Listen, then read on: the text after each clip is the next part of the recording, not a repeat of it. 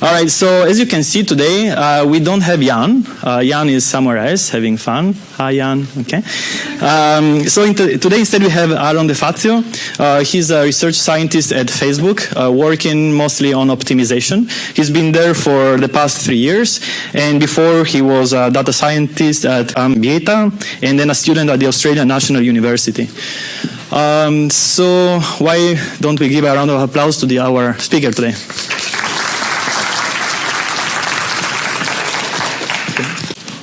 I will be talking about optimization, and if we have time at the end, the death of optimization. So these are the topics I will be covering today. Now, optimization is at the heart of machine learning, and some of the things I'm going to be talking about today will be used every day in your role potentially as an applied scientist, or even as a research scientist or a data scientist. And I'm going to focus on the application of these methods particularly, rather than the theory behind them. Part of the reason for this is that we don't fully understand all of these methods. So for me to come up here and say this is why it works, I would be oversimplifying things. But what I can tell you is how to use them, how we know that they work in certain situations, and what the best method may be to use to train your neural network. And to introduce you to the topic of optimization, I need to start with the worst method in the world, gradient descent. And I'll explain in a minute why it's the worst method. But to begin with, we're going to use the most generic formulation of optimization. Now, the problems you're going to be considering will have more structure than this, but it's very useful notationally to start this way. So we talk about a function f.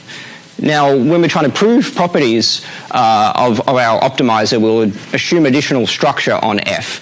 But in practice, the structure in our neural networks essentially obey none of the assumptions people make in practice. So I'm just going to start with a generic f. And we'll assume it's continuous and differentiable, even though we're already getting into the realm of incorrect assumptions, since the neural networks most people are using in practice these days are not differentiable. Instead, you have a equivalent sub-differential, which you can essentially plug into all of these formulas. And if you cross your fingers, there's no theory to support this, it should work. So the method of gradient descent is shown here. It's an iterative method, so you start at a point k equals 0. And at each step, you update your point. And here we're going to use w to represent our current iterate. Iterate being the standard nomenclature for the point. For your neural network, this W will be some large collection of weights, one weight tensor per layer.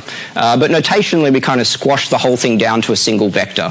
And you can imagine just doing that literally by reshaping all your vectors, all your tensors to vectors, and just concatenating them together. And this method is remarkably simple. All we do is we follow the direction of the negative gradient. And the rationale for this is pretty simple. So let me give you a diagram, and maybe this will help explain exactly why following the negative gradient direction is a good idea. So we don't know enough about our function to do better. This is the high-level idea. When we're optimizing a function, we look at the landscape, the optimization landscape, locally.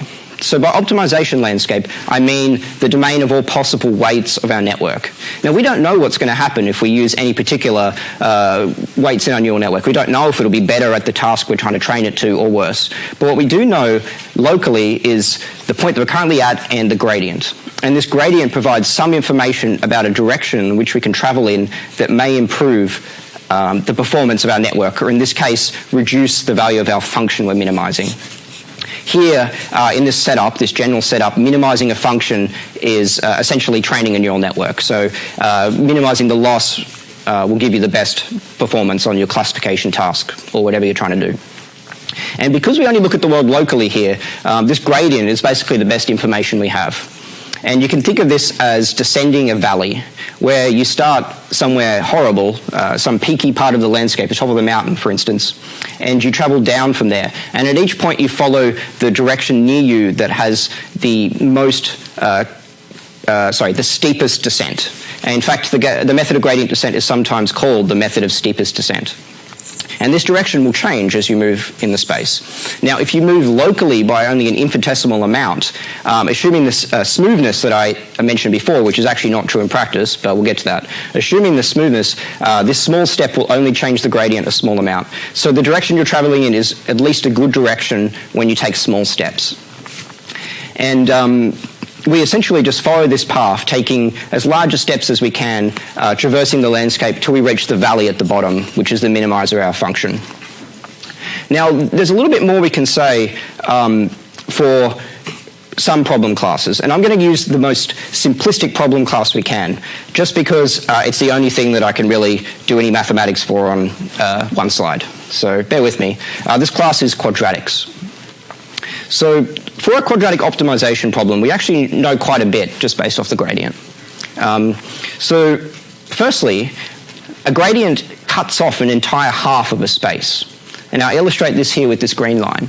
So we're at that point there where the line starts near the green line. We know the solution cannot be in the rest of the space. This is not true for neural networks, but it's still generally a good guideline that we want to follow the direction of negative gradient.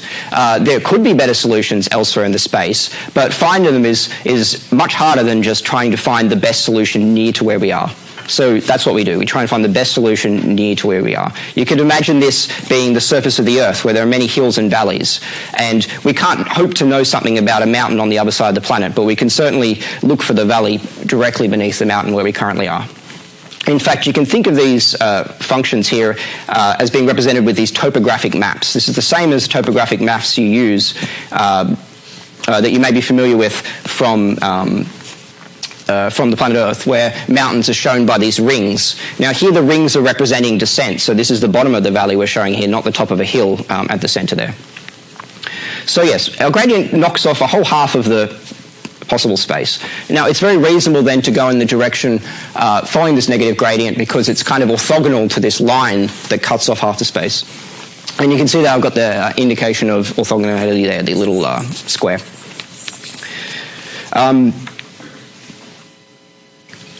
So the properties of gradient descent depend greatly on the structure of the problem. For these quadratic problems, it's actually relatively simple to characterize what will happen. So I'm going to give you a little bit of an overview here, and I'll spend a few minutes on this because it's quite interesting, and I'm hoping that those of you with some background in linear algebra can follow this derivation. But we're going to consider a quadratic optimization problem. Now, the problem stated in the grey box at the top. You can see that this is a quadratic where A is a positive definite matrix. We can handle broader classes of quadratics than this potentially, but the analysis is most simple in the positive definite case. And the gradient of that function is very simple, of course. It's AW minus B.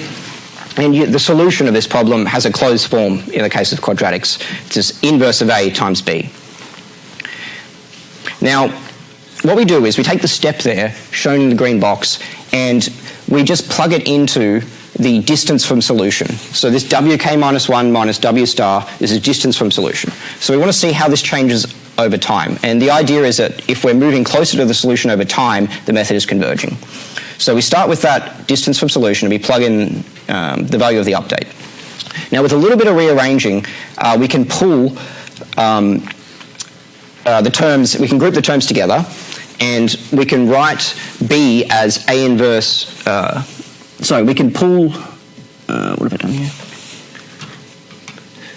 We can pull the W star inside the brackets there. And then we get this expression where it's a matrix times the previous distance to the solution. Matrix times previous distance solution. Now, we don't know anything about which directions this quadratic varies most extremely in, but we can just bound this very simply by taking the product of the matrix's norm and the distance of the solution here, this norm at the bottom. So that's the bottom line there. Now, when you're considering matrix norms, it's pretty straightforward to see that you're going to have an expression where the eigenvalues of this matrix are going to be 1 minus mu gamma or 1 minus L gamma. Now, the way I get this is I just look at what are the extreme eigenvalues of A, which we call them mu and L. And by plugging these into the expression, we can see what the extreme eigenvalues will be of this combined matrix I minus gamma A. And you have this absolute value here. Now, you can optimize this and get an optimal learning rate for the quadratics, but that optimal learning rate is not robust in practice. You probably don't want to use that. So a simple value you can use is 1 over L. L being the largest eigenvalue. And this gives you this convergence rate of 1 minus mu L reduction in distance to solution every step. Do we have any questions here? I know it's a little bit dense. Yes? I didn't understand how you got W star. Yes, it's a substitution from in that grey box. Do you see the bottom line on the grey box? Yeah, that's just by definition, we can solve the gradient. So by taking the gradient to 0, if you see in that second line in the box, taking the gradient to 0 there, so replace that gradient with 0 and rearranging, you get the closed form solution to the problem here. So the problem with using that closed form solution in practice is we have to invert a matrix. And by using gradient descent, we can solve this problem by only doing matrix multiplications instead. Not that I would suggest you actually use this technique to solve the matrix. As I mentioned before, it's the worst method in the world. And the convergence rate of this method is controlled by this mu over L quantity. Now, these are standard notations. So we're going from linear algebra, where you talk about the min and max eigenvalue, to the notation typically used in the field of optimization. Mu being smallest eigenvalue, L being largest eigenvalue. And this mu over L is the inverse of the condition number. Condition number being L over mu. This gives you a broad characterization of how quickly optimization methods will work on this problem. And these mu and L terms, they don't exist for neural networks. Only in the very simplest situations do we have L exists, and we essentially never have mu existing. Nevertheless, we want to talk about networks being poorly conditioned and well conditioned. And poorly conditioned will typically be some approximation to L is very large, and well conditioned, maybe L is very close to 1. So the step size we can select in, when we're training depends very heavily on these constants. So let me give you a little bit of an intuition for step sizes. And this is very important in practice. I myself find a lot of my time is spent tuning learning rates, and I'm sure you'll be involved in a similar procedure. So we have a couple of situations that can occur. If we use a learning rate that's too low, we'll find that we make steady progress towards the solution. Here we're minimizing a little 1D quadratic, and by steady progress I mean that every iteration the gradient stays in roughly the same direction, and you make similar progress as you approach the solution. This is slower than it is possible. So what you would ideally want to do is go straight to the solution. For a quadratic, especially a 1D one like this, that's going to be pretty straightforward. There's going to be an exact step size that'll get you all the way to solution. But more generally, you can't do that. And what you'll typically want to use is actually a step size a bit above that optimal. And this is for a number of reasons. It tends to be quicker in practice. But you have to be very, very careful, because you get divergence. The term divergence means that the iterates will get further away from the solution instead of closer. This will typically happen if you use too large a learning rate. Unfortunately for us, we want to use learning rates as large as possible to get as quick learning as possible. So we're always at the edge of divergence. In fact, it's very rare that you'll see that the gradients follow this nice trajectory where they all point in the same direction until you kind of reach the solution. What almost always happens in practice, especially with gradient descent invariance, is that you observe this zigzagging behavior. Now, we can't actually see zigzagging in million-dimensional spaces that we train neural networks in, but it's very evident in these 2D plots of a quadratic. So here I'm showing the level sets. You can see the numbers or the function value indicated there on the level sets. And when we use a learning rate that is good, not optimal but good, we get pretty close to that blue dot, the solution, after the 10 steps. When we use a learning rate that seems nicer, in that it's not oscillating, it's well behaved, when we use such a learning rate, we actually end up quite a bit further away from the solution. So it's a fact of life that we have to deal with these learning rates that are stressfully high. It's kind of like a race, right? You know, no one wins a race by driving safely. So our network training should be very comparable to that. So the core topic we want to talk about is actually stochastic optimization. And this is the method that we will be using every day for training neural networks in practice. So stochastic optimization is actually not so different. What we're going to do is we're going to replace the gradient in our gradient descent step with a stochastic approximation to the gradient. Now, in a neural network, we can be a bit more precise here. By stochastic approximation, what we mean is the gradient of the loss for a single data point, single instance, you might want to call it. So I've got that in the notation here. This function L is the loss of one data point. Here the data point is indexed by I. And we would write this typically in the optimization literature as the function Fi. And I'm going to use this notation, but you should imagine Fi as being the loss for a single instance I. And here I'm using a supervised learning setup where we have data points I labels yi. Sorry, data points xi labels yi. The full loss for a function is shown at the top there. It's the sum of all these Fi's. Now, let me give you a bit more explanation for what we're doing here. We're replacing this full gradient with a stochastic gradient. This is a noisy approximation. And this is how it's often explained in the stochastic optimization setup. So we have this function, the gradient, and in our setup, its expected value is equal to the full gradient. So you can think of a stochastic gradient descent step as being a full gradient step in expectation.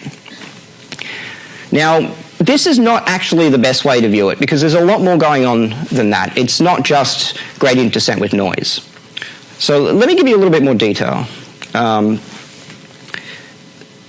first, I'll let anybody ask any questions I have here before I move on. Oh, yes? Within 1 hour. Mm-hmm. Yeah, I could talk a bit more about that. But yes, so you're right. So using your entire data set to calculate a gradient is here what I mean by gradient descent. We also call that full batch gradient descent, just to be clear. Now, in machine learning, we virtually always use mini batches. So people may use the name gradient descent or something when they're really talking about stochastic gradient descent. And what you mentioned is absolutely true. So there are some difficulties with training neural networks using very large batch sizes. And this is understood to some degree. And I'll actually explain that on the very next slide. So let me get to your point first. So the point that answers your question is actually the third point here.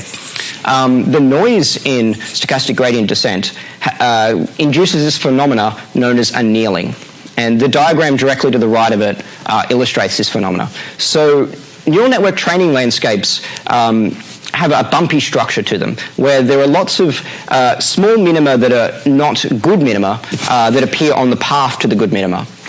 So the theory that a lot of people subscribe to is that SGD, and in particular the noise induced in the gradient, actually helps the optimizer to jump over these bad minima.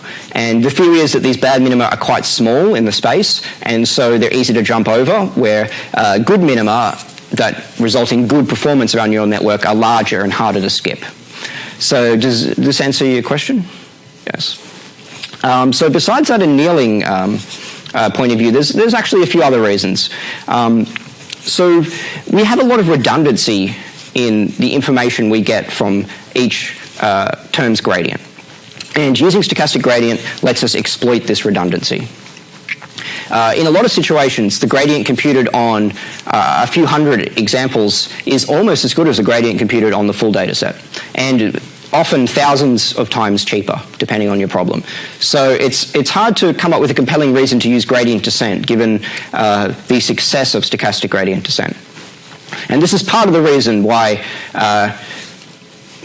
stochastic gradient descent is one of the best methods we have, but gradient descent is one of the worst. And in fact, at early stages, the correlation is remarkable. The stochastic gradient can be correlated up to a coefficient of 0.999 correlation coefficient to the true gradient at those early steps of optimization. So I wanted to briefly talk about something you need to know about. I think Jana's already mentioned this briefly, but in practice we don't use individual instances in stochastic gradient descent. We use mini batches of instances. So I'm just using some notation here, but everybody uses different notation for mini batching, so you shouldn't get too attached to the notation. But essentially, at every step you have some batch. Here I'm going to call it B, indexed with I for step, and you basically use the average of the gradients over this mini batch, which is a subset of your data, rather than a single instance or the full batch. Now, almost everybody will use this mini batch selected uniformly at random. Some people use with replacement sampling and some people use without replacement sampling, but the differences are not important for this purposes. You can use either. And there's a lot of advantages to mini batching. So there's actually some compelling theoretical reasons to not mini batch, but the practical reasons are overwhelming. Part of these practical reasons are computational. We can only utilize our hardware, say, at 1% efficiency when training some of the networks we use if we try and use single instances. And we get the most efficient utilization of the hardware with batch sizes often in the hundreds. If you're training on the typical ImageNet dataset, for instance, you don't want to use batch sizes less than about 64 to get good efficiency. Maybe you can go down to 32. But another important application is distributed training, and this is really becoming a big thing. So as was mentioned before, people were recently able to train ImageNet dataset that normally takes 2 days to train, and not so long ago took more than a week to train in only 1 hour. And the way they did that was using very large mini batches. And along with using large mini batches, there are some tricks that you need to use to get it to work. It's probably not something that you would cover in an introductory lecture, so I encourage you to check out that paper if you're interested. It's ImageNet in 1 hour. I believe it's Facebook authors. I can't recall the first author at the moment. As a side note, there are some situations where you need to do full batch optimization. Do not use gradient descent in that situation. I can't emphasize enough, do not use gradient descent ever. If you have full batch data, by far the most effective method that is kind of plug and play, you don't have to think about it, is known as LBFGS. It's the accumulation of 50 years of optimization research, and it works really well. Torch's implementation is pretty good, but the SciPy implementation calls some Fortran code that was written 15 years ago that is pretty much bulletproof. So you can use either of those. So that's a good question. Classically, you do need to use the full data set. Now, PyTorch's implementation actually supports using mini batching. Now, this is somewhat of a grey area in that there's really no theory to support the use of this. And it may work well for your problem or it may not. So it could be worth trying. I mean, you want to use your whole data set for each gradient evaluation. Or probably more likely, since it's very rarely you want to do that, probably more likely you're solving some other optimization problem that isn't training a neural network, but maybe some ancillary problem related, and you need to solve an optimization problem without this data point structure that isn't a sum of data points. Yeah, I think there was another question. Yep. Oh yes, the question was, Jan recommended we use mini batches equal to the size of the number of classes we have in our data set. Why is that reasonable? Was the question. The answer is that we want mini batches to be representative of the full data set. And typically, each class is quite distinct from the other classes in its properties. So by choosing a mini batch that contains on average one instance from each class. In fact, we can enforce that explicitly, although it's not necessary. By having it approximately equal to that size, we can assume it has the kind of structure of a full gradient. So you capture a lot of the correlations in the data you see with the full gradient. And it's a good guide, especially if you're using training on CPU where you're not constrained too much by hardware efficiency here. When training on a CPU, batch size is not critical for hardware utilization. It's problem dependent. I would always recommend mini batching. I don't think it's worth trying size 1 as a starting point. If you're trying to eke out small gains, maybe that's worth exploring. Yes, there was another question. So in the annealing example, so the question was, why is the loss landscape so wobbly?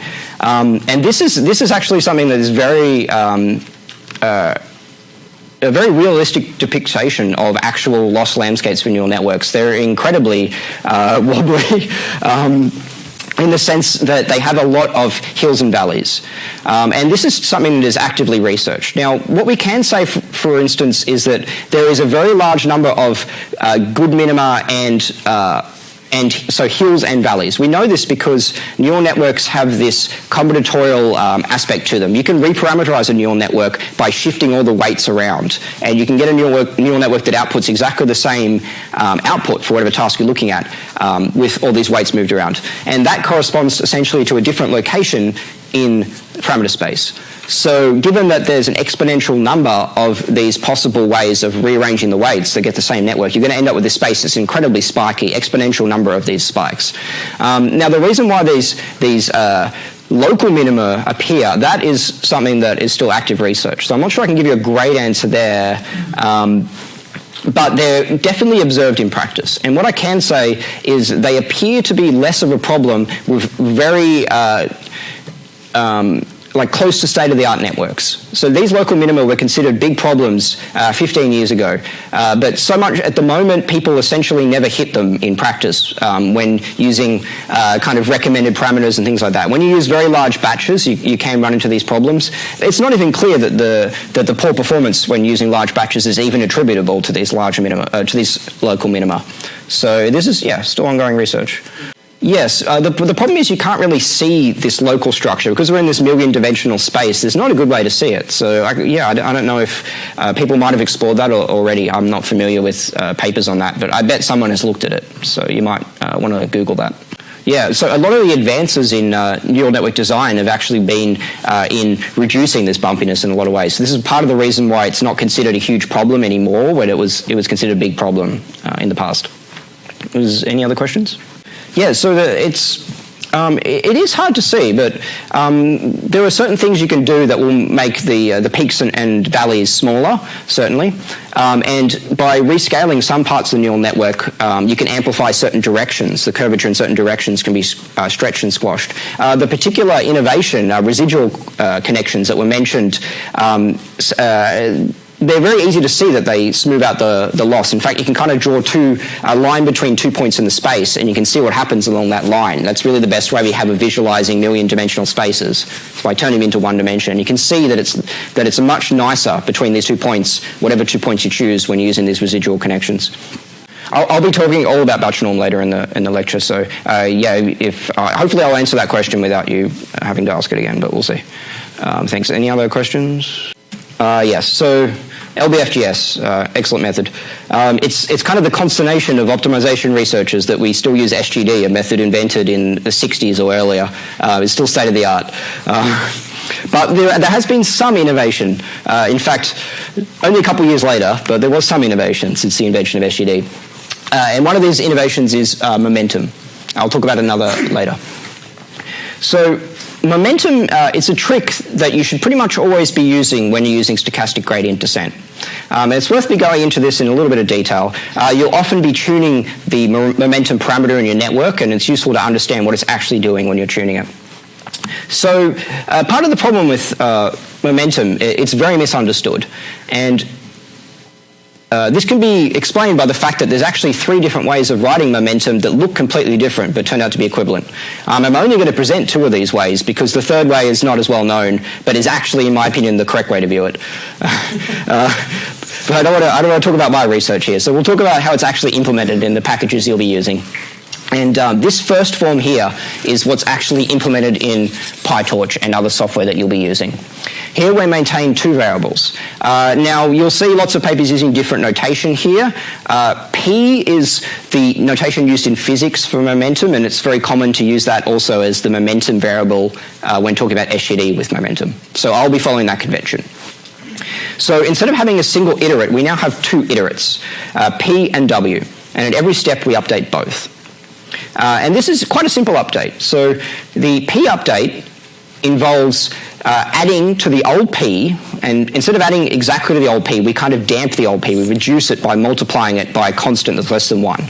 So reduce the old P, and here I'm using beta hat as the constant there. So that would probably be 0.9 in practice, a small amount of damping. And we add to that the new gradient.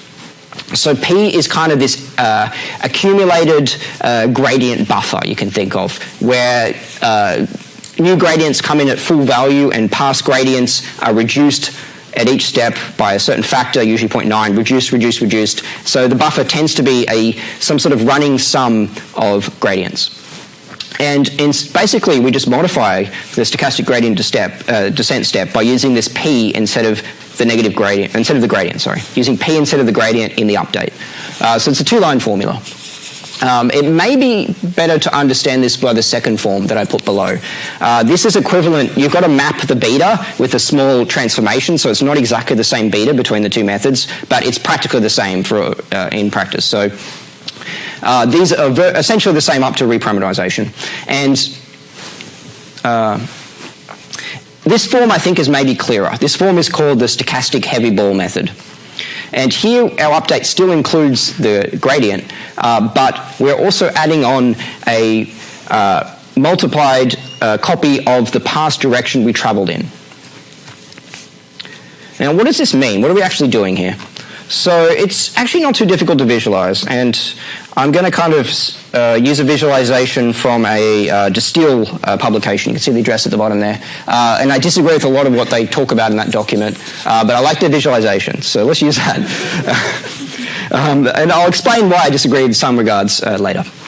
But it's quite simple. So you can think of momentum as the physical process of momentum. Those of you who have done introductory physics courses would have covered this. So momentum is the property of something to keep moving in the direction that's currently moving in, right? If you're familiar with Newton's laws. Things want to keep going in the direction they're going in. This is momentum. And when you do this mapping to physics, the gradient is kind of a force that is pushing your iterate, which by this analogy is a heavy ball. It's pushing this heavy ball at each point.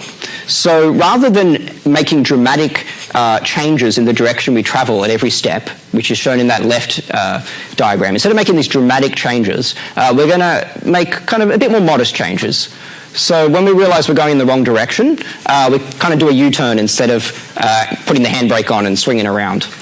And it turns out in a lot of practical problems, this gives you a big improvement. So here you can see you're getting much closer to the solution by the end of it, with much less oscillation. And you can see this oscillation. So it's kind of a fact of life. If you're using gradient descent type methods, so here we're talking about momentum on top of gradient descent in the visualization, you're going to get this oscillation. It's just a property of gradient descent, no way to get rid of it without modifying the method. And momentum, to some degree, dampens this oscillation. I've got another visualization here which will kind of give you an intuition for how this beta parameter controls things. Now, the beta parameter needs to be greater than 0. If it's equal to 0, you're just doing gradient descent. And it's got to be less than 1, otherwise everything blows up as you start including past gradients with more and more weight over time. So it's got to be between 0 and 1. Typical values range from small 0.25 up to like 0.99. So in practice, you can get pretty close to 1. And what happens is the smaller values, they result in you changing direction quicker. Okay, so in this diagram you can see on the left with the small beta, as soon as you get close to the solution, you kind of change direction pretty rapidly and head towards the solution. When you use these larger betas, it takes longer for you to make this dramatic turn. You can think of it as a car with a bad turning circle. It takes you quite a long time to get around that corner and head towards the solution. Now, this may seem like a bad thing, but actually in practice, this significantly dampens the oscillations that you get from gradient descent, and that's the nice property of it. Now, in terms of practice, I can give you some pretty clear guidance here. You pretty much always want to use momentum. It's pretty hard to find problems where it's actually not beneficial to some degree. Now, part of the reason for this is it's just an extra parameter. Now, typically when you take some method and just add more parameters to it, you can usually find some value of that parameter that makes it slightly better. Now, that is sometimes the case here, but often these improvements from using momentum are actually quite substantial. And using a momentum value of 0.9 is really a default value used in machine learning quite often. And often, in some situations, 0.99 may be better. So I would recommend trying both values if you have time. Otherwise, just try 0.9. But I have to give a warning. The way momentum is stated in this expression, if you look at it carefully, when we increase the momentum, we kind of increase the step size. Now, it's not the step size of the current gradient. So the current gradient is included in the step with the same strength. But past gradients become included in the step with a higher strength when you increase momentum. Now, when you write momentum in other forms, this becomes a lot more obvious. So this form kind of occludes that. But what you should generally do when you change momentum, you want to change it so that you have your step size divided by 1 minus beta is your new step size. So if your old step size was using a certain beta, you want to map it through that equation, then map it back to get the new step size. Now, this may be a very modest change, but if you're going from momentum 0.9 to momentum 0.99, you may need to reduce your learning rate by a factor of 10 approximately. So just be wary of that. You can't expect to keep the same learning rate and change the momentum parameter. That will not work. Now, I want to go into a bit of detail about why momentum works. It's very misunderstood. And the explanation you'll see in that Distill post is acceleration. And this is certainly a contributor to the performance of momentum. Now, acceleration is a topic... yes, have you got a question? The question was, is there a big difference between using momentum and using a mini batch of 2? And there is. So momentum has advantages for when using gradient descent as well as stochastic gradient descent. So, in fact, this acceleration explanation I'm about to use applies both in the stochastic and non-stochastic case. So no matter what batch size you're going to use, the benefits of momentum still are shown. Now, it also has benefits in the stochastic case as well, which I'll cover in a slide or two. So, the answer is it's quite distinct from batch size, and you shouldn't conflate them. Really, you should be changing your learning rate when you change your batch size rather than changing your momentum. And for very large batch sizes, there's a clear relationship between learning rate and batch size. But for small batch sizes, it's not clear. So it's problem dependent. Any other questions before I move on momentum? Yes. Yes, it's this blow up. So it's actually in the physics interpretation, it's conservation of momentum would be exactly equal to 1. Now, that's not good because if you're in a world with no friction and you drop a heavy ball somewhere, it's just going to keep moving forever. It's not going to stop. So we need some dampening, and this is where the physics interpretation breaks down. So you do need some dampening now. Now, you can imagine if you use a larger value than 1, those past gradients get amplified every step. So in fact, the first gradient you evaluate in your network is not relevant information content-wise later in optimization, but if you used a beta larger than 1, it would dominate the step that you're using. Does that answer your question? Yeah, okay. Any other questions about momentum before we move on? They are for a particular value of beta, yes. It's strictly equivalent. Yeah, it's not very hard to. You should be able to do it in like 2 lines if you try and do the equivalence yourself. The betas should be the same, right? No, the betas are not quite the same, but the gamma is the same. That's why I use the same notation for it. Oh, yes. So that's what I mentioned. Yeah. So when you change beta, you want to scale your learning rate by learning rate divided by 1 over beta. So in this form, I'm not sure if it appears in this formula. It could be a mistake, but I think I'm okay here. I think it's not in this formula. But yeah, you definitely, when you change beta, you need to change learning rate as well to keep things balanced. Yeah. What is the third formulation you were mentioning before? Iterate averaging form. It's probably not worth going over, but you can think of it as momentum is basically changing the point that you evaluate the gradient at. In the standard form, you evaluate the gradient at this W point. In the iterate averaging form, you take a running average of the points you've been evaluating the gradient at, and you evaluate at that point. So it's basically, instead of averaging gradients, you average points. It's in a sense dual. Yes? Yes, so acceleration. Now this is something you could spend a whole career studying, and it's somewhat poorly understood. Now, if you try and read Nesterov's original work on it, now Nesterov is kind of the grandfather of modern optimization. Practically half the methods we use are named after him to some degree, which can be confusing at times.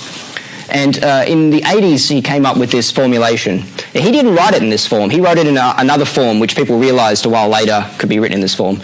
And his analysis is also very opaque and originally written in Russian. Doesn't help for understanding. Fortunately, all those nice people at the NSA translated all of the Russian literature back then, so we have access to them. And it's actually a very small modification of the momentum step. But I think that small modification belittles what it's actually doing. It's really not the same method at all. What I can say is with Nesterov's form of momentum, if you very carefully choose these constants, you can get what's known as accelerated convergence. Now, this doesn't apply to neural networks, but for convex problems, I won't go into details of convexity, but some of you may know what that means. It's kind of a simple structure. For convex problems, it's a radically improved convergence rate from this acceleration, but only for very carefully chosen constants, and you really can't choose these carefully ahead of time, so you've got to do quite a large search over your parameters, your hyperparameters, sorry, to find the right constants to get that acceleration. What I can say is this actually occurs for quadratics when using regular momentum, and this has confused a lot of people. So you'll see a lot of people say that momentum is an accelerated method. It's accelerated only for quadratics. And even then, it's a little bit iffy. I would not recommend using it for quadratics. Use conjugate gradients or some new methods that have been developed over the last few years. And this is definitely a contributing factor to why momentum works so well in practice. There's definitely some acceleration going on. But this acceleration is hard to realize when you have stochastic gradients. Now, when you look at what makes acceleration work, noise really kills it. And it's hard to believe that it's the main factor contributing to performance. But it's certainly there, and the Distill post I mentioned attributes all the performance of momentum to acceleration, but I wouldn't go quite that far. But it's definitely a contributing factor. But probably a more practical and provable reason why why momentum helps is noise smoothing, and this is very intuitive. Momentum averages gradients, in a sense. We keep this running buffer of gradients that we use as a step instead of individual gradients. This is kind of a form of averaging. And it turns out that when you use SGD without momentum, to prove anything at all about it, you actually have to work with the average of all the points you visited. You can get very weak bounds on the last point that you ended up at, but really you've got to work with this average of points. And this is suboptimal. Like, we never want to actually take this average in practice. It's heavily weighted with points that we visited a long time ago, which may be irrelevant. And in fact, this averaging doesn't work very well in practice for neural networks. It's really only important for convex problems. But nevertheless, it's necessary to analyze regular SGD. And one of the remarkable facts about momentum is actually this averaging is no longer theoretically necessary. So essentially, momentum adds smoothing during optimization that makes it so the last point you visit is still a good approximation to the solution.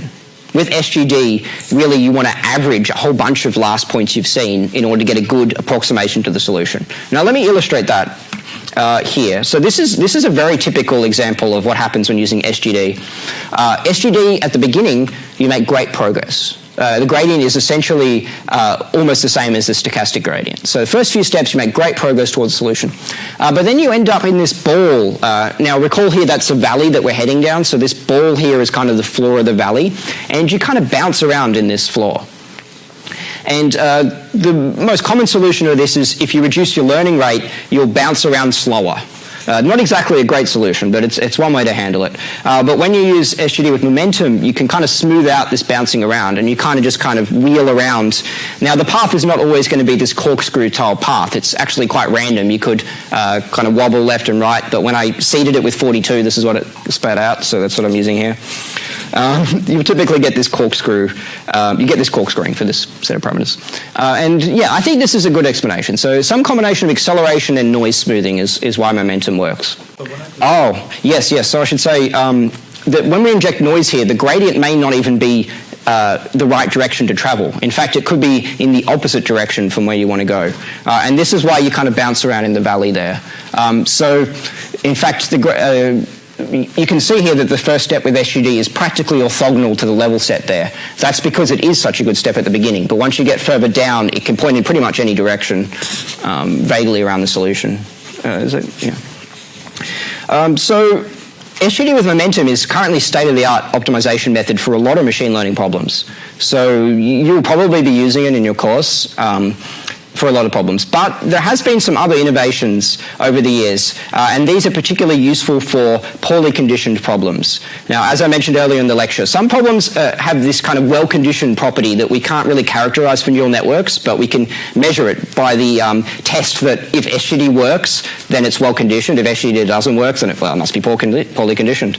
So we have other methods we can use to handle this in some situations, and these generally are called adaptive methods. Now, you need to be a little bit careful because what are you adapting to? People in the literature use this nomenclature for adapting learning rates, adapting momentum parameters, but in our situation, we're going to talk about a specific type of adaptivity. And this adaptivity is individual learning rates.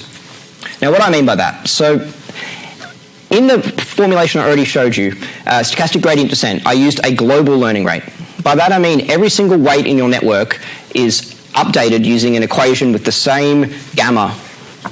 Now, gamma could vary over time steps, so you use gamma k in the notation, but often you use a fixed gamma for quite a long time. But for adaptive methods, we want to adapt a learning rate for every weight individually, and we want to use information we get from gradients for each weight to adapt this. So this seems like the obvious thing to do, and people have been trying to get this stuff to work for decades, and we've kind of stumbled upon some methods that work and some that don't. But I want to ask for questions here if there's any explanation needed. So I can say that it's not entirely clear why you need to do this, right? If your network is well conditioned, you don't need to do this potentially. But often the networks we use in practice have very different structure in different parts of the network. So for instance, the early parts of your convolutional neural network may be very shallow convolutional layers on large images. Later in the network, you're going to be doing convolutions with large numbers of channels on small images. Now, these operations are very different, and there's no reason to believe that a learning rate that works well for one would work well for the other. And this is why adaptive learning rates can be useful. Any questions here? Yes, so unfortunately there's no good definition for neural networks. We couldn't measure it even if there was a good definition. So I'm going to use it in a vague sense that if SGD doesn't work, then it's poorly conditioned. And yes, so the quadratic case, if you recall, we have an explicit definition of this condition number, L over mu. L being maximum eigenvalue, mu being smallest eigenvalue. And the larger this gap between larger and smaller eigenvalue, the worse condition it is. This does not apply for neural networks. Mu does not exist for neural networks. L still has some information in it, but I wouldn't say it's the determining factor. There's just a lot going on. So there are some ways that neural networks behave a lot like simple problems, but there are other ways where we just kind of hand wave and say that they're like them.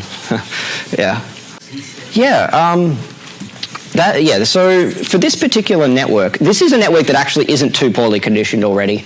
In fact, this is a VGD16, which is practically the best network we knew how to train before the invention of certain techniques to improve conditioning. So this is almost the best condition you can actually get. And a lot of the structure of this network is actually defined by this conditioning. Like we double the number of channels after certain steps because that seems to result in networks that are well conditioned rather than any other reason. But it's certainly what you can say is that weights very late in the network have a very large effect on the output. That very last layer there with 4,096 weights in it, that's a very small number of weights. This network has millions of weights, I believe. Those 4,096 weights have a very strong effect on the output because they directly dictate that output. And for that reason, you generally want to use smaller learning rates for those. Whereas, weights early in the network, some of them might have a large effect, but especially when you've initialized your network randomly, they typically will have a smaller effect of those earlier weights. And this is very hand-wavy, and the reason why is because we really don't understand this well enough for me to give you a precise statement here. 120 million weights. 120 million weights in this network, actually. So, so that last layer is like 4,096 by 4,096 matrix. Okay, any other questions? Yeah. Yes, I would recommend only using them when your problem doesn't have a structure that decomposes into a large sum of similar things. Okay? That's a bit of a mouthful, but SGD works well when you have an objective that is a sum where each term in this sum is vaguely comparable. So in machine learning, each term in this sum is a loss of one data point. And these have very similar structures, the individual losses. That's a hand-wavy sense that they have very similar structure, because of course each data point could be quite different. But when your problem doesn't have a large sum as the main part of its structure, then LBFGS would be useful. That's the general answer. I doubt you will make use of it in this course, LBFGS. I doubt it. But it can be very handy for small networks. You can experiment around with it with the LeNet 5 network or something, which I'm sure you probably use in this course. You could experiment with LBFGS probably and have some success there. One of the kind of founding techniques in modern neural network training is RMSprop, and I'm going to talk about this here. Now, at some point, kind of the standard practice in the field of optimization, as in research and optimization, kind of diverged with what people were actually doing when training neural networks. And this RMSprop was kind of the fracturing point where we all went off in different directions. And this RMSprop is usually attributed to Geoffrey Hinton's slides, which he then attributes to an unpublished paper from someone else, which is really unsatisfying to be citing someone's slides in a paper. But anyway, it's a method that has some, it has no proof behind why it works, but it's similar to methods that you can prove work, so that's at least something. And it works pretty well in practice, and that's why a lot of people use it. So I wanted to give you that kind of introduction before I explain what it actually is. And RMSprop stands for root mean squared propagation. This was from the era where everything we did with neural networks we called propagation such and such, like backprop, which now we call deep. So it would probably be called RMS deep prop or something if it was invented now. And it's a little bit of a modification. So it's still a two-line algorithm, but a little bit different. So I'm going to go over these terms in some detail because it's important to understand this. Now, we keep around this V buffer. Now, this is not a momentum buffer, okay? So we're using different notation here. V is doing something different. And I'm going to use some notation that some people really hate, but I think it's convenient. I'm going to write the element-wise square of a vector just by squaring the vector. This is not really confusing notationally in almost all situations, but it's a nice way to write it. So here I'm writing the gradient squared. I really mean you take every element in that vector, million element vector or whatever it is, and square each element individually. So this V update is what's known as an exponential moving average. I just want to have a quick show of hands who's familiar with exponential moving averages. I want to know if I need to talk about it in some more.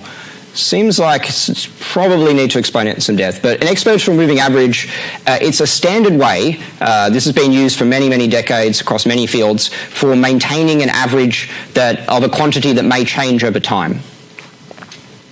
Okay? So when a quantity is changing over time, we need to put larger weight on newer values because they provide more information. And one way to do that is downweight old values exponentially. And when you do this exponentially, you mean that the weight of an old value from, say, 10 steps ago will have weight alpha to the 10 in your thing. So that's where the exponential comes in, the alpha to the 10. Now, that's not written in the notation. In the notation, at each step, we just downweight the past vector by this alpha constant. And if you can imagine in your head, things in that buffer, the V buffer, that are very old, at each step they get downweighted by alpha at every step. And just as before, alpha here is something between 0 and 1. So we can't use values greater than 1 there. So this will damp those old values until they're no longer part of the exponential moving average. So this method keeps an exponential moving average of the second moment. I mean non-central second moment. So we do not subtract off the mean here. The PyTorch implementation has a switch where you can tell it to subtract off the mean. Play with that if you like. It'll probably perform very similarly in practice. There's a paper on that, I'm sure. But the original method does not subtract off the mean there. And we use this second moment to normalize the gradient. And we do this element-wise. So all this notation is element-wise. Every element of the gradient is divided through by the square root of the second moment estimate. And you should think of this square root as really being the standard deviation. Even though this is not a central moment, so it's not actually the standard deviation, it's useful to think of it that way. And the name, root mean square is kind of alluding to that division by the root of the mean of the squares. And the important technical detail here, you have to add epsilon here for the annoying problem that when you divide 0 by 0, everything breaks. So you occasionally have zeros in your network. There are some situations where it makes a difference outside of when your gradient is 0, but you absolutely do need that epsilon in your method. And you'll see this as a recurring theme. All of these adaptive methods, basically, you've got to put an epsilon whenever you divide something just to avoid dividing by 0. And typically that epsilon will be close to your machine epsilon. I don't know if you're familiar with that term, but it's something like 10 to the negative 7, sometimes 10 to the negative 8, something of that order. So really only has a small effect on the value. Before I talk about why this method works, I want to talk about the most recent kind of innovation on top of this method. And that is the method that we actually use in practice. So RMSprop is sometimes still used, but more often we use a method known as ADAM. And ADAM means adaptive moment estimation. So ADAM is RMSprop with momentum. So I spent 20 minutes telling you why you should use momentum, so I'm going to say, well, you should put it on top of RMSprop as well. And there's a lot of ways of doing that, at least half a dozen, and there's papers for each of them, but ADAM is the one that caught on. And the way we do momentum here is we actually convert the momentum update to an exponential moving average as well. Now, this may seem like a quantitatively different update, like we're doing momentum by a moving average. In fact, what we were doing before is essentially equivalent to that. You can work out some constants where you can get a method where you use a exponential moving average momentum that is equivalent to the regular momentum. So don't think of this moving average momentum as being anything different than your previous momentum. But it has a nice property that you don't need to change the learning rate when you mess with the beta here, which I think is a big improvement. So yeah, we add momentum of the gradient, and just as before with RMSprop, we have this exponential moving average of the squared gradient.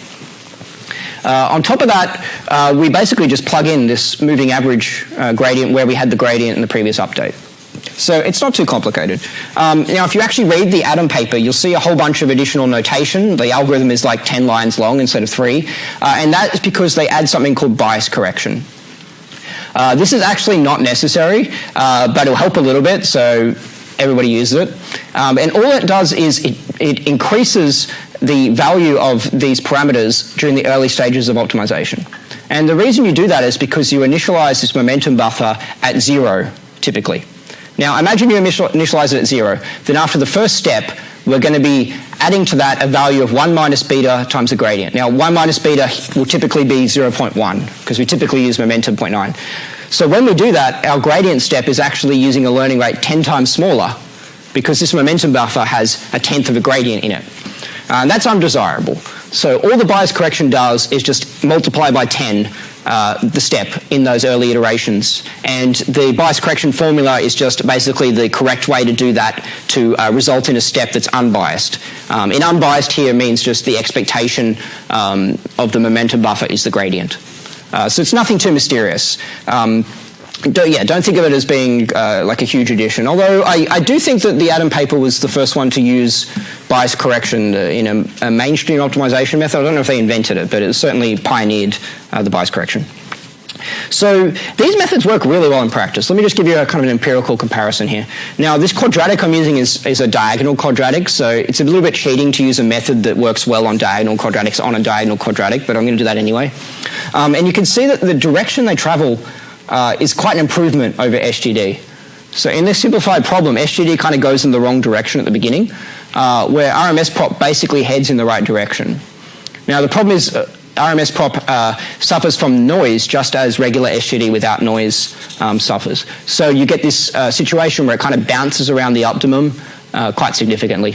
And just as with SGD with momentum, when we add momentum to ADAM, we get the same kind of improvement where we kind of corkscrew or sometimes reverse corkscrew around the solution, that kind of thing. And this gets you to the solution quicker. And it means that the last point you're currently at is a good estimate of the solution, not a noisy estimate. It's kind of the best estimate you have. So I would generally recommend using ADAM over RMSprop. And it's certainly the case that for some problems, you just can't use SGD. ADAM is necessary for training some of the neural networks we use in our language models, state-of-the-art language models. It's necessary for training the networks I'm going to talk about near the end of this presentation. And it's is generally if I have to recommend something you should use, you should try either SGD with momentum or ADAM as your go-to methods for optimizing neural networks. So there's some practical advice for you. Personally, I hate ADAM because I'm an optimization researcher, and the theory in their paper is wrong. This has been shown recently. So the method, in fact, does not converge. And you can show this on very simple test problems. So one of the most heavily used methods in modern machine learning actually doesn't work in a lot of situations. This is unsatisfying. And it's on kind of an ongoing research question of the best way to fix this. I don't think just modifying ADAM a little bit to try and fix it is really the best solution. I think it's got some more fundamental problems. But I won't go into any detail for that. There is a very practical problem I need to talk about, though. ADAM is known to sometimes give worse generalization error. I think Jan has talked in detail about generalization error. Should I go over that? So, generalization error is the error on data that you didn't train your model on, basically. So neural networks are very heavily over-parameterized, and if you train them to give zero loss on the data you trained it on, they won't give zero loss on other data points, data that it's never seen before. And this generalization error is that error. Typically, the best thing we can do is minimize the loss on the data we have, but sometimes that's suboptimal. And it turns out when you use ADAM, it's quite common, particularly on image problems, that you get worse generalization error than when you use SGD. And people attribute this to a whole bunch of different things. It may be finding those bad local minima that I mentioned earlier, the ones that are smaller. It's kind of unfortunate that the better your optimization method, the more likely it is to hit those small local minima, because they're closer to where you currently are. And it's the goal of an optimization method to find you the closest minima, in a sense, these local optimization methods we use. But there's a whole bunch of other reasons that you could attribute to it. Less noise in ADAM, perhaps. It could be some structure. Maybe these methods where you rescale space like this have this fundamental problem where they give worse generalization. We don't really understand this. But it's important to know that this may be a problem in some cases. It's not to say that it won't give horrible performance. You'll still get a pretty good neural network out at the end. And what I can tell you is the language models that we train at Facebook use methods like ADAM or ADAM itself, and they give much better results than if you use SGD. And there's a kind of a small thing that won't affect you at all, I would expect. But with ADAM, you have to maintain these 3 buffers, whereas SGD, you have 2 buffers of parameters. This doesn't matter except when you're training a model that's like 12 gigabytes, and then it really becomes a problem. I don't think you'll encounter that in practice. And tuning is a little bit iffy, so you've got to tune 2 parameters instead of 1. So yeah, that's practical advice. Use ADAM or SGD. But on to something that is also kind of a core thing. Sorry, you have a question? Yes. Yes, you're absolutely correct. But typically, yes, the question. The question was, won't using a small epsilon in the denominator result in blow-up? Certainly, if the numerator was equal to roughly 1, then dividing through by 10 to the negative 7 could be catastrophic. And this is a legitimate question, but typically, in order for the V buffer to have very small values, the gradient also has to have had very small values. You can see that from the way the exponential moving averages are updated. So in fact, it's not a practical problem. When this V is incredibly small, the momentum is also very small. And when you're dividing small thing by a small thing, you don't get blow up. Yeah, so the question is, should I run SGD and ADAM separately at the same time and just see which one works better? In fact, that is pretty much what we do, because we have lots of computers. We just have one computer run SGD, one computer run ADAM, and see which one works better. Although we kind of know for most problems which one is the better choice. For whatever problems you're working with, maybe you can try both. It depends how long it's going to take to train. I'm not sure exactly what you're going to be doing in terms of practice in this course. But yeah, certainly a legitimate way to do it. In fact, some people use SGD at the beginning and then switch to ADAM at the end. That's certainly a good approach. It just makes it more complicated, and complexity should be avoided if possible.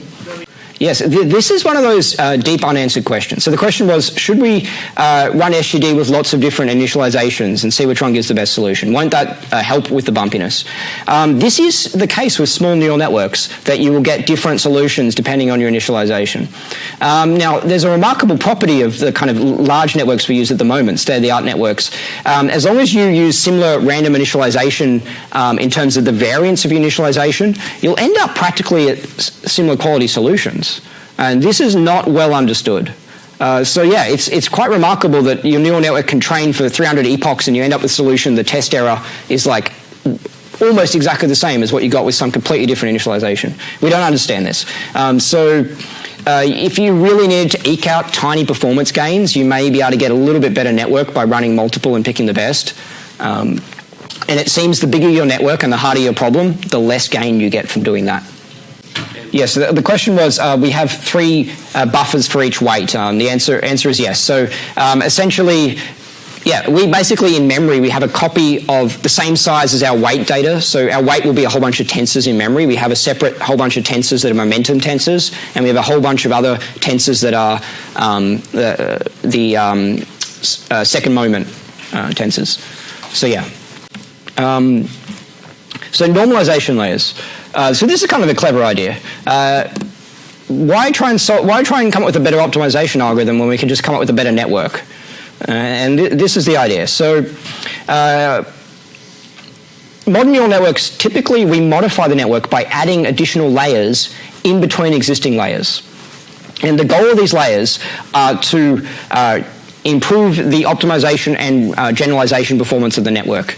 And the way they do this can happen in a few different ways, but let me give you an example. So we would typically take standard kind of combinations. So as you know, in modern neural networks, we typically alternate linear operations with non-linear operations. Here I call that activation functions. We alternate them, linear, non-linear, linear, non-linear. What we could do is we could place these normalization layers either between the linear or the non-linear, or before. So in this case, we are using, for instance, this is the kind of structure we have in real networks, where we have a convolution. Recall that convolutions are linear operations, followed by batch normalization. This is a type of normalization, which I'll detail in a minute, followed by ReLU, which is currently the most popular activation function.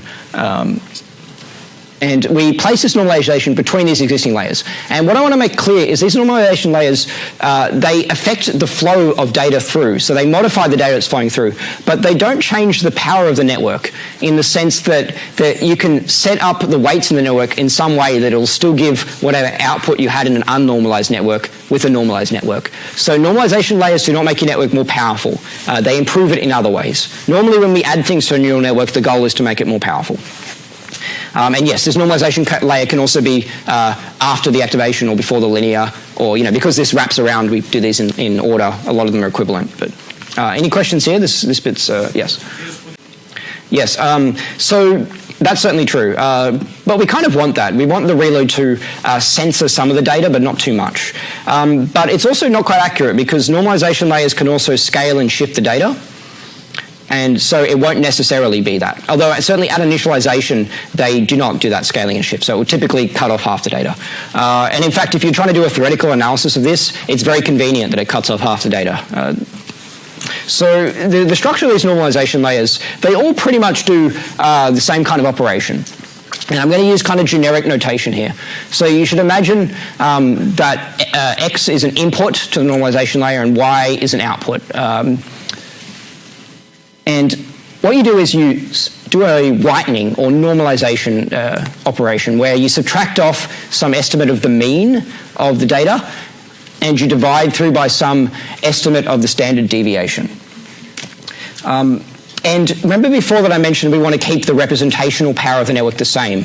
What we do to ensure that is we multiply by an alpha and we add an A. We multiply by an A and we add a B. And this is just so that the layer can still output values over any particular range. If we just always had every layer outputting whitened data, the network couldn't output like a value million or something like that. It could only do that, with in very rare cases, because that would be very heavy on the tail of the normal distribution. So this allows our layers to essentially output things that have the same range as before. Yes, so normalization layers have parameters, and the network is a little bit more complicated in the sense it has more parameters. It's typically a very small number of parameters, like a rounding error in your count of network parameters, typically. So the complexity of this is I'm being kind of vague about how you compute the mean and standard deviation. The reason I'm doing that is because all the methods compute it in a different way, and I'll detail that in a second. Yes, question? Could you just explain why you have to be Why, sorry? Oh, B? It's just a shift parameter. So the data could have had a non-zero mean, and we want the layer to be able to produce outputs with a non-zero mean. So if we always just subtract off the mean, it couldn't do that. So it just adds back representational power to the layer. Yeah, so the question is, don't these A and B parameters reverse the normalization? And in fact, that often is the case, that they do something similar. But they move at different timescales. So between steps or between evaluations of your network, the mean and variance can shift quite substantially based off the data you feed in. But these A and B parameters are quite stable. They move slowly as you learn them. Because they're more stable, this has beneficial properties, and I'll describe those a little bit later. But what I want to talk about is exactly how you normalize the data. And this is really the crucial thing. So the earliest of these methods developed was batch norm, and it uses kind of a bizarre normalization that I think is a horrible idea.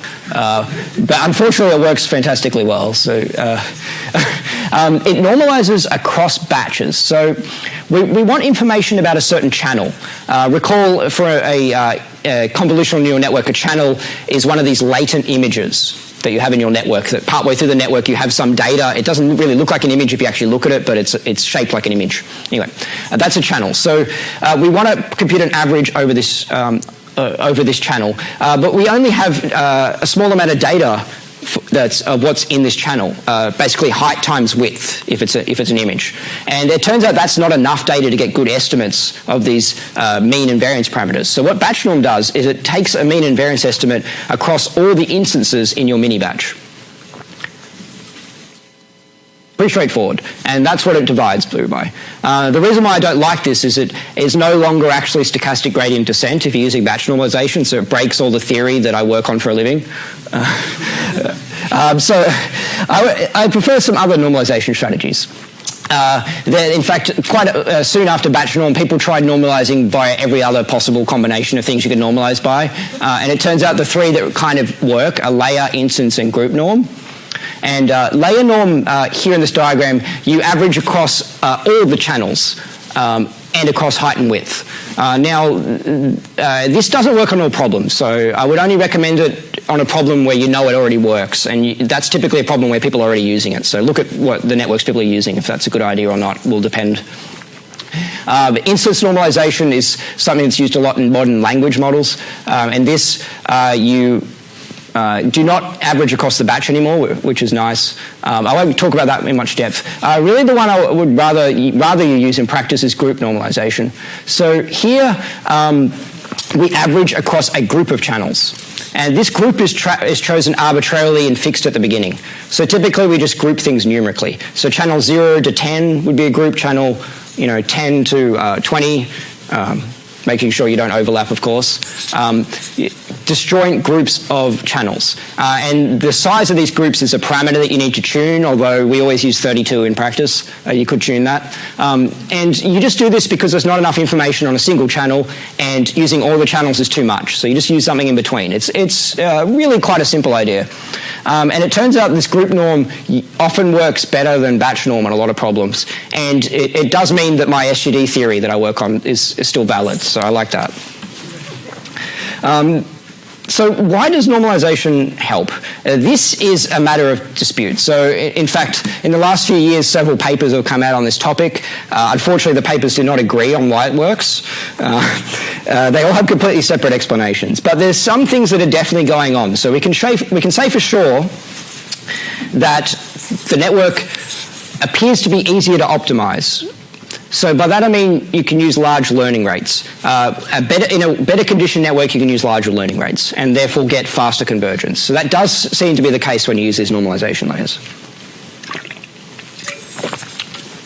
Another factor, which is a little bit disputed, but I think is reasonably well established, you get noise in the data passing through your network when you use normalization.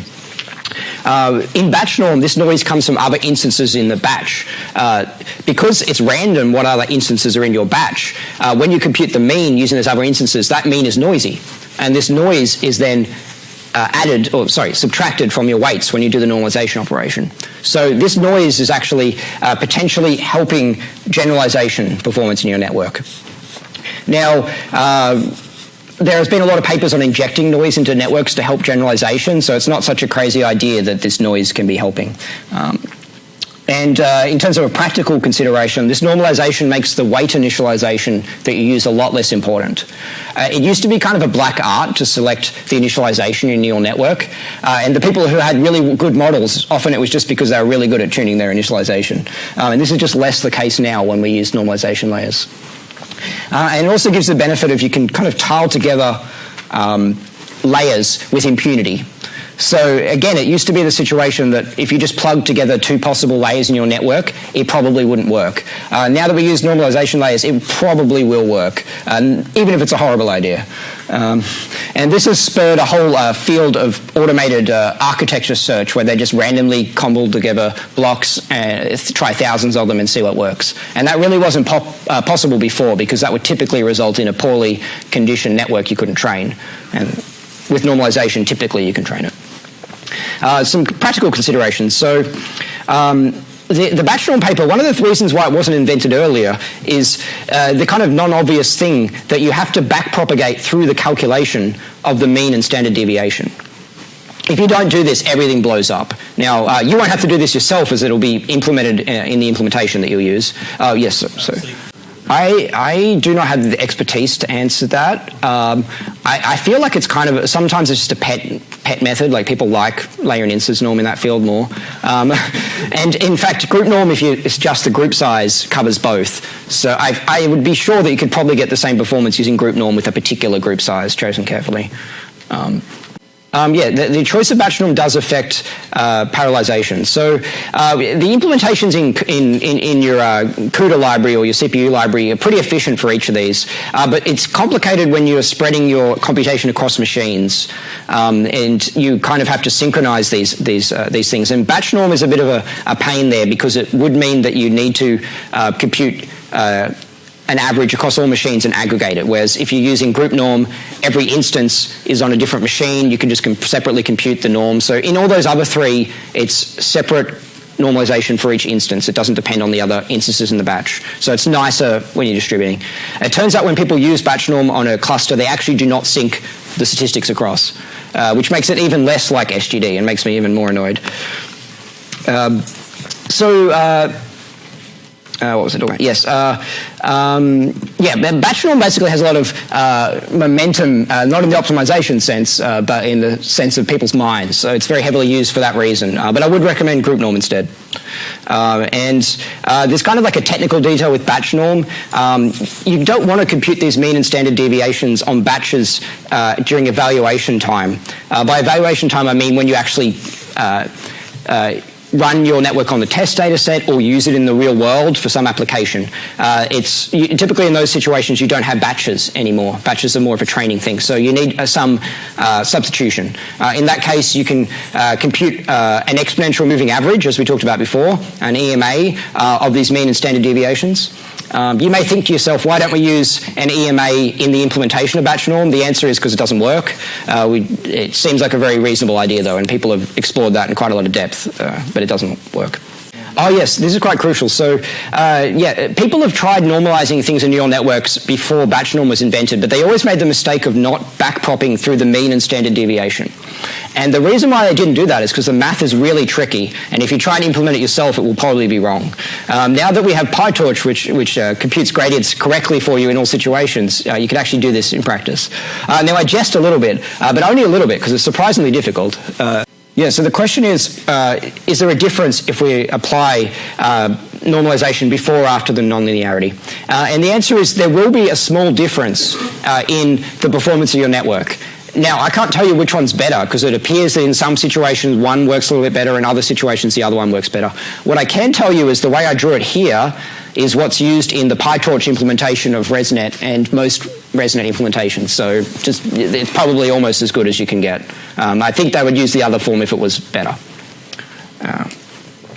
And it's certainly problem dependent. This is another one of those things where maybe there's no correct answer of how you should do it and it's just random which works better.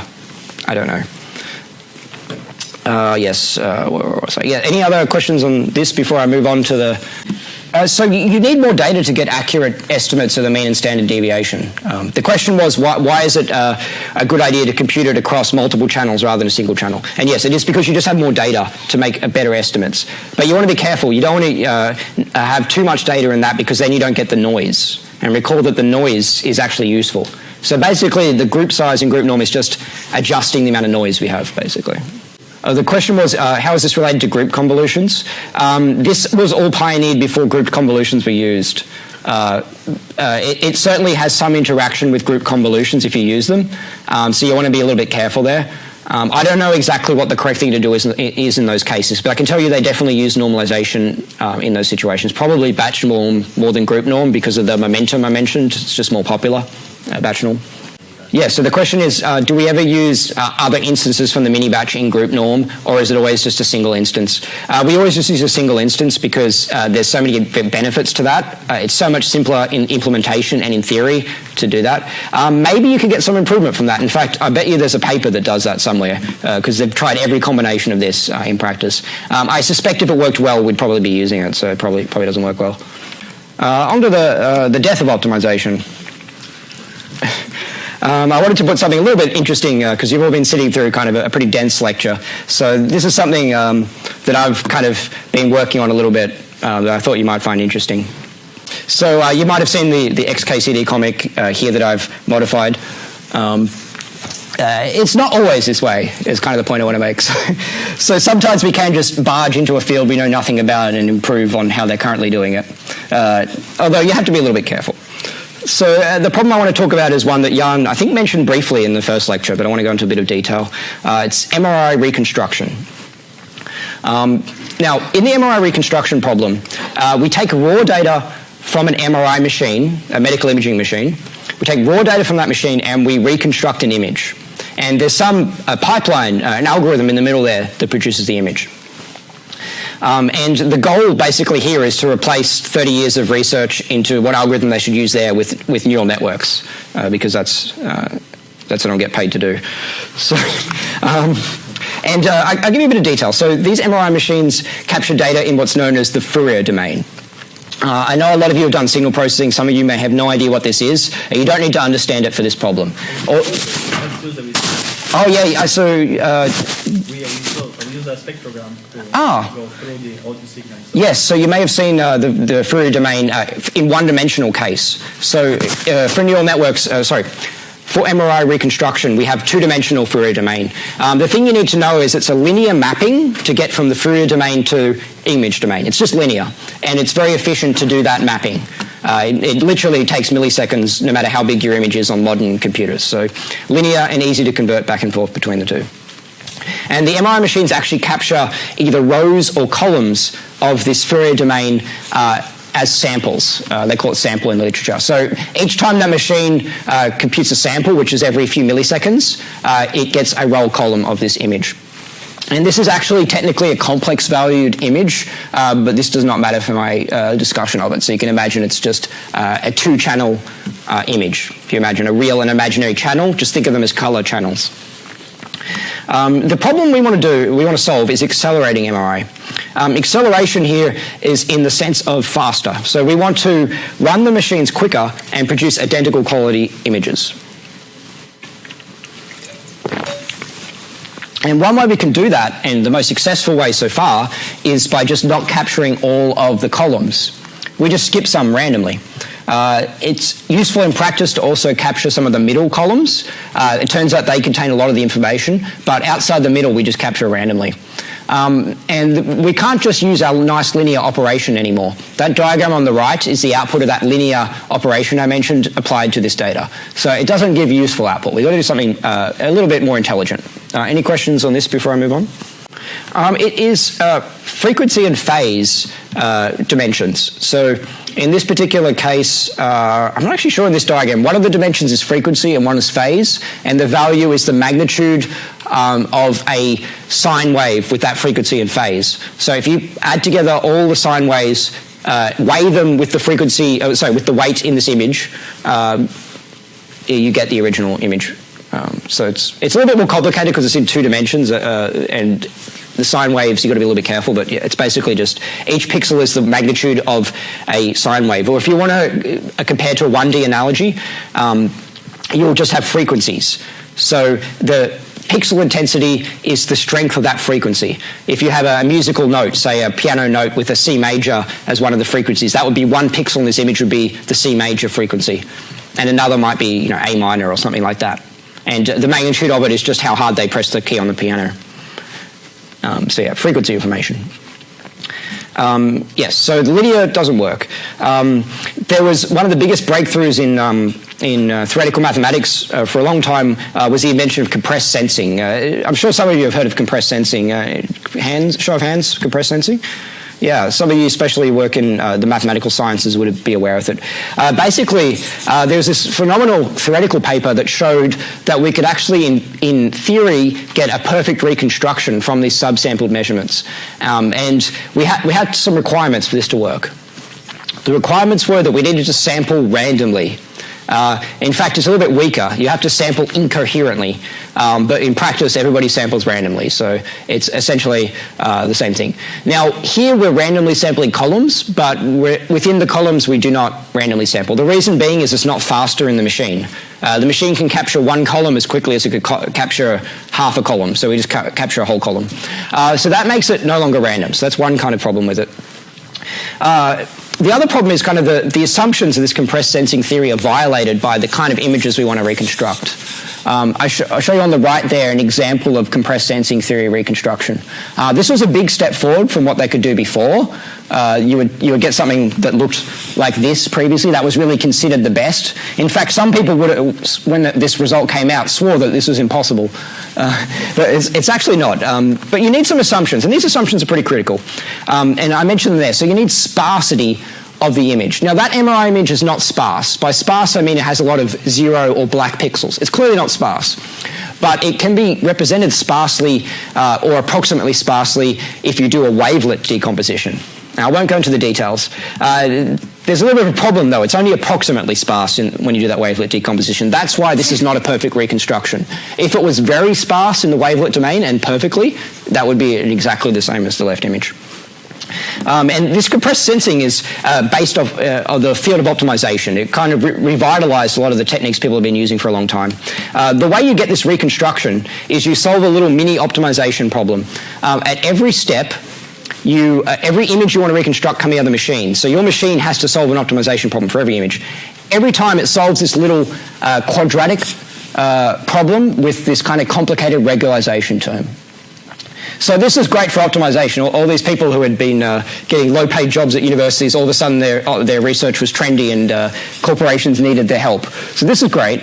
But we can do better. So instead of solving this minimization problem at every time step, we just use a big neural network. So I'm using B here arbitrarily to represent a huge neural network, B for big, of course. And we hope that we can learn a neural network of such sufficient complexity that it can essentially solve the optimization problem in one step. It just outputs a solution that's as good as the optimization problem solution. Now, this would have been considered impossible 15 years ago. Now we know better, so it's actually not very difficult. In fact, we can just take an example of, we can solve a few 100,000 of these optimization problems, take the solution and the input, and we can just train a neural network to map from input to solution. That's actually a little bit suboptimal because we can, in some cases, we know a better solution than the solution to the optimization problem. We can gather that by measuring the patient. And that's what we actually do in practice. So we don't try and solve the optimization problem. We try and get to an even better solution. And this works really well. So I'll give you a very simple example of this. So this is what you can do much better than the compressed sensory reconstruction using a neural network. And this network involves the tricks I've mentioned. So it's trained using ADAM. It uses group norm normalization layers and convolutional neural networks, as you've already been taught. And it uses a technique known as UNets, which you may go over later in the course. I'm not sure about that, but it's not a very complicated modification of neural networks. So yeah, this is the kind of thing you can do. And this is very close to practical application. So you'll be seeing these accelerated MRI scans happening in clinical practice in only a few years' time. This is not vaporware.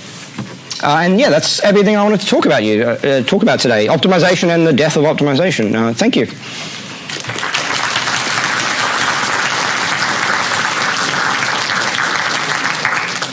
Question?